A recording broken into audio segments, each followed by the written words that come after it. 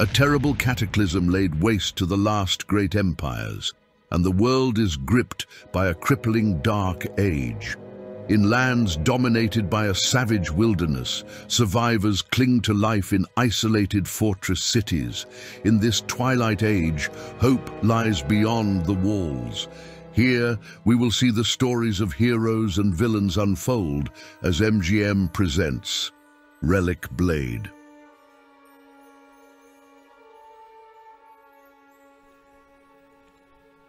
Welcome back to MGM, a great place for casual gaming. Today we have our first game of Relic Blade by Sean Sutter. If you're unfamiliar with Relic Blade, I'll put a link down in the description so you can check it out. My son has been reading the Seeker's Handbook and he's prepared to teach me how to play. This will be a skirmish game in a one-off style as we learn the rules. We have ordered 2 factions to dive into a campaign later in the year. We're probably going to make a few mistakes along the way. I'm going to narrate so as to walk you through how we're playing. That way you can learn and help us learn as well. I'll post any corrections to the game down in the comments below. In today's game, we have a handful of advocates and adversaries from the 2-player starter box that will take the field.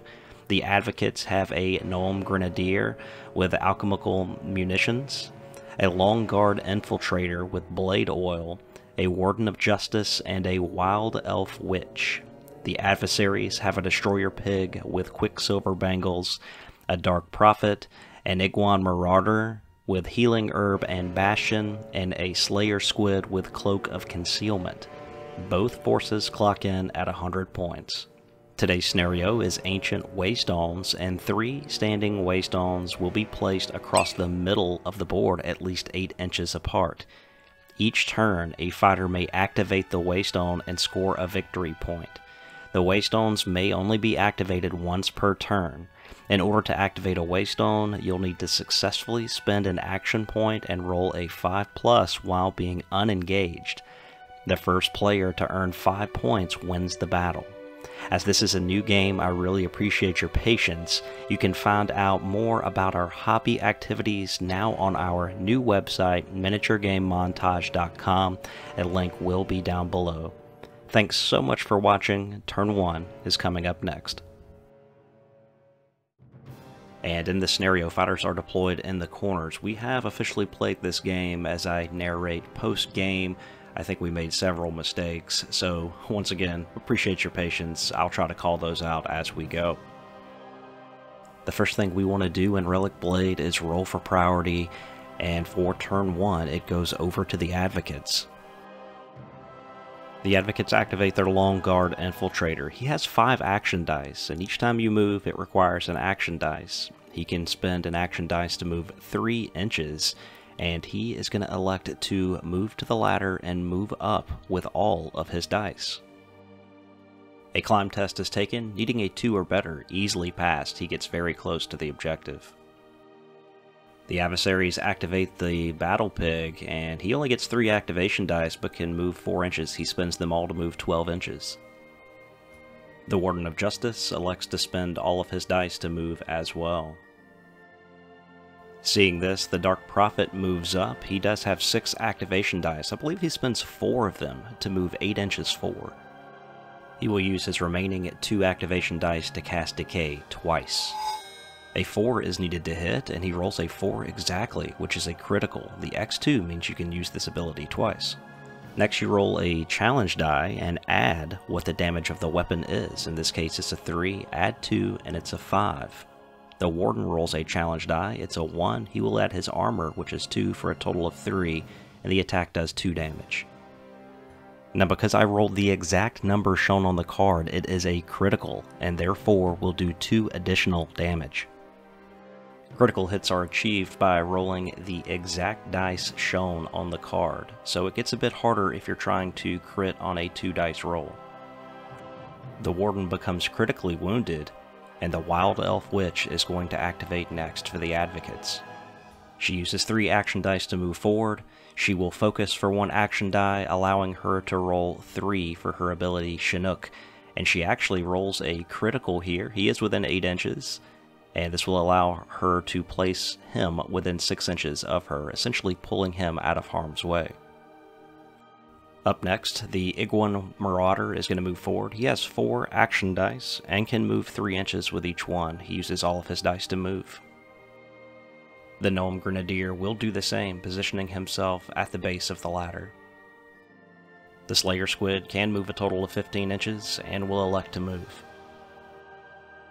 Turn 1 comes to a close, and hopefully we got all those mechanics right. If not, let me know down in the comments below.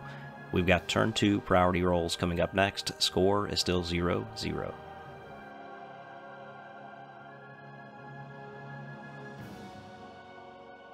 Turn 2 priority rolls coming out. The adversaries are going to take it. The Destroyer Pig is going to move past his climb test. He does make it into base contact with the Waystone and attempts to swing on it, and he does hit, needing a 5+. That will score them a victory point as the Lone Guard Infiltrator launches into combat with the Destroyer Pig. He uses Blade Oil, which reduces the difficulty to hit his target.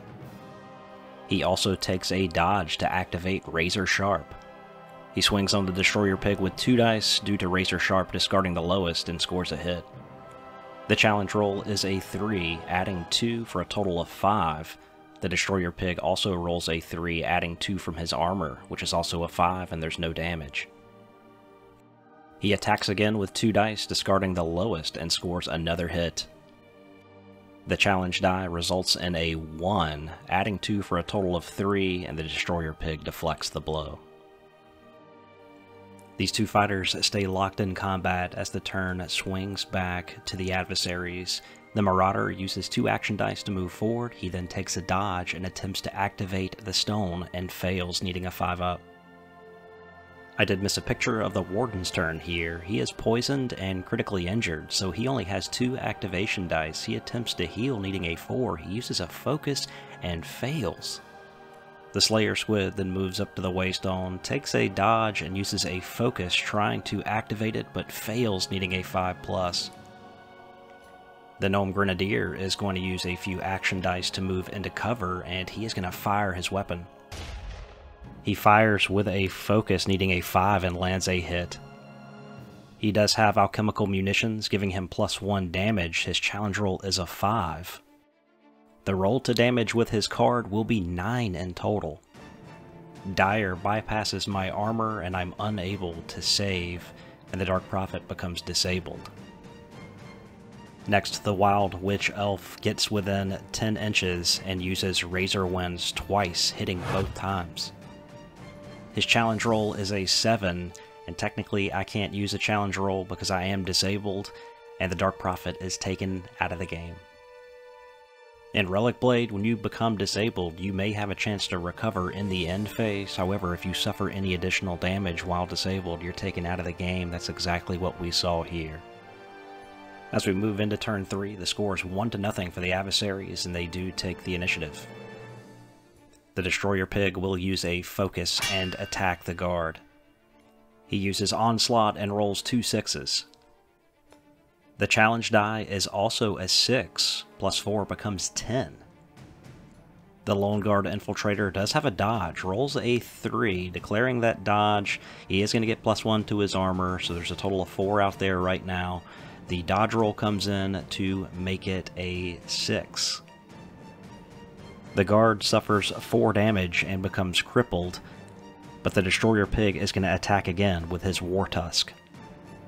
He connects on a 3, the challenge roll is a 6, the damage is 3, so 9 in total. That's not going to be enough to stop the rest of the damage from disabling the Lone Guard Infiltrator.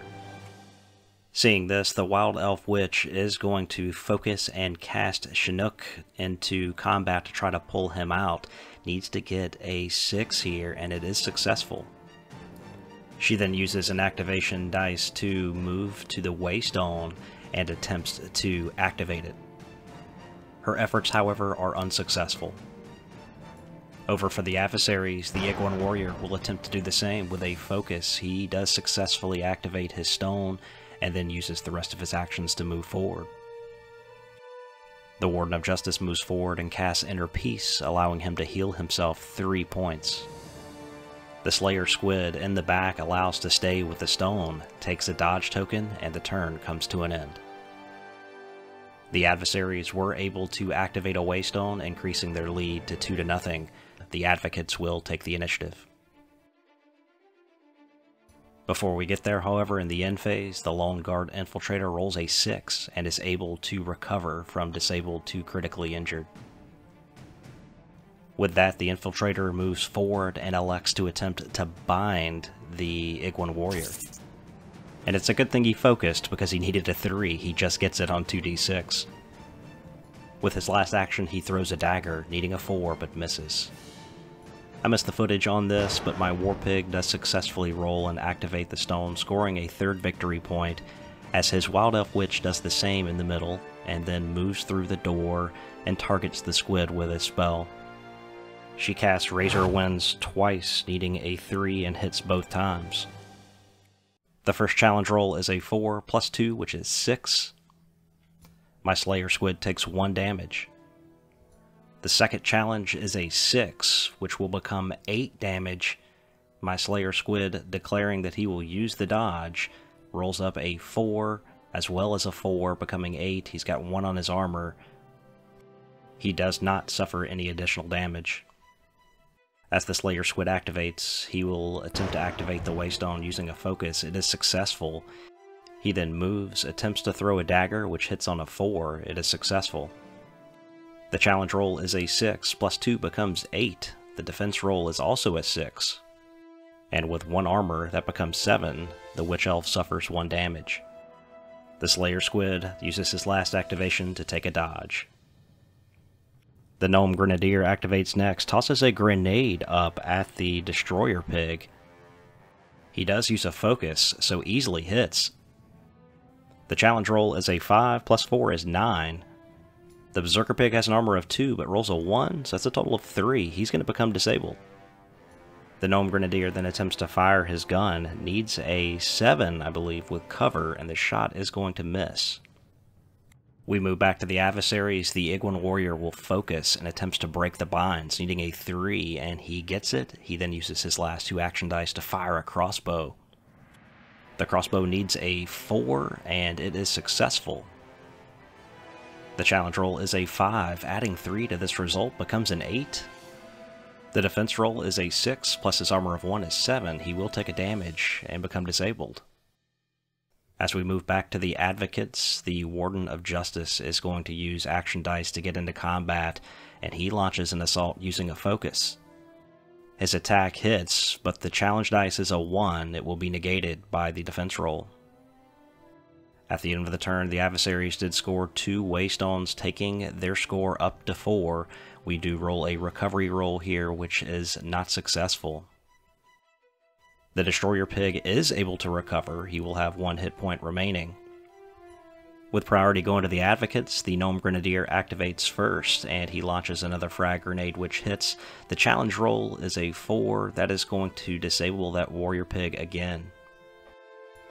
The Gnome then fires his gun, successfully landing a hit. The challenge die is a 5. It does take the pig out of action. But the Slayer Squid activates next, moves into contact with the Waystone, and successfully activates it using a focus, which will bring our game to a close. The adversaries score a 5th and final point by activating the Waystone, magic beams through the air, and the Advocates are on the retreat. And that concludes our first game of Relic Blade. Really hope you enjoyed this presentation. This is something I've had on my desk since Adepticon, and my son came in, picked up the Seeker's Handbook, started reading it, and then said, hey look, we have to play this game. So I worked to get the rest of the models painted up, and we had our first battle. Hopefully it was bearable and we didn't get too many things wrong. Again, please leave comments down below on what you thought about this game, and feel free to check it out at the links provided below. Again, this game was developed by Sean Sutter. He did the rules, the artwork, pretty much everything, and it's really nice to support these independent creators. So thank you so much for watching. Supporters Club, your names are on the screen now. It's by no means necessary. If you've watched the video this far, you've done more than enough to support the channel. Be sure you check out the website for the latest on our blogs, reviews, and other things, and we will see you in the next one. Take care.